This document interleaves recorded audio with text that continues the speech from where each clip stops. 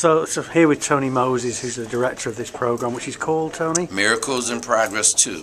Now this is working with people who've been homeless for a long time, often been in and out of treatment, and it hasn't worked for them. And you do things completely differently here than anything I've ever. Before, when they done treatment, when you relapse, you were kicked out, you were told don't come back. Now we do things a whole lot different. Relapse is a part of the process. We actually go out and look for you and bring you back when you relapse, because, you know, and it's almost like my philosophy is when you go to the doctor. I have asthma. My doctor doesn't kick me out of treatment because I have an asthma attack.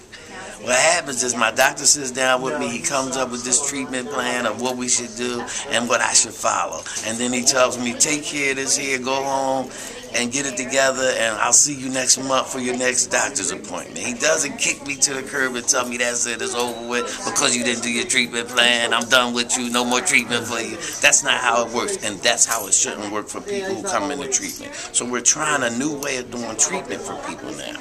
What we're trying to do is help people understand why they need to do what they need to do for their treatment plan and encourage them to want to participate in their treatment instead of us telling and dictating to people what they should do for their treatment. People should not be dictated to what they should do. Individually, people should be allowed to create their own treatment plan. And that's what we do when we bring people in. We ask them two questions. What worked for you in treatment? What didn't work for you? The stuff that didn't work, we're not going to work on that right now. We're going to work on what worked in treatment. And then we'll get to those things that didn't work, and we'll help you understand why they didn't work when treatment starts moving along. The good thing about this program is it's a year-long program, 9 months to a year. We encourage, what I do when I even interview staff, I try to bring staff in that's not into structure, because this isn't a structured program. Individually, we try to deal with people individually, because what worked for one person may not work for the other. One person may just need individuals, another may need groups, one may need to go outside the church groups, because his religion is what's going to motivate him to go on in his treatment. So that's how we do this. The whole group, if people don't mind. How many of you would have been in other treatment programs before that didn't work out for you? If people just raise their hands, and he would say, I'm just going to see that's almost everyone. Abdul Jihad. Hiya. It's a pleasure. A lot of the other places, it's like tough love, where, you know, like I said, they want to drill this information into you. Here, we have the opportunity, we're asked as we come into this process, what is your plan? You see, we are allowed to sit down and put together a plan. In other words, a map of our life, what we want to do with ourselves, and we're allowed to bring it to the table and sit down and discuss it as a unit, as a whole, a team.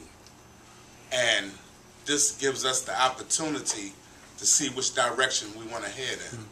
With the help of staff, you know, we got some beautiful specialists here. A lot of the other programs, you never even meet the director.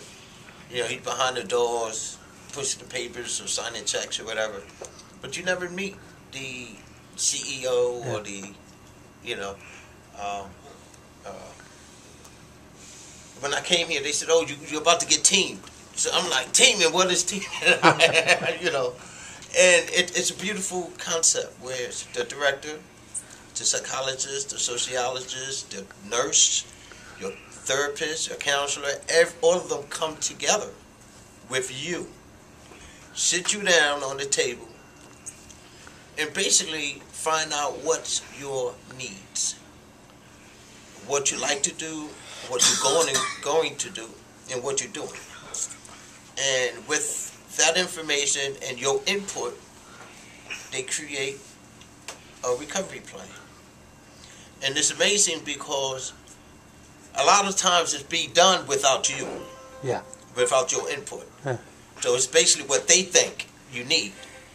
And you know what happens when, you know, people think for you a lot. Anyone else want to say something?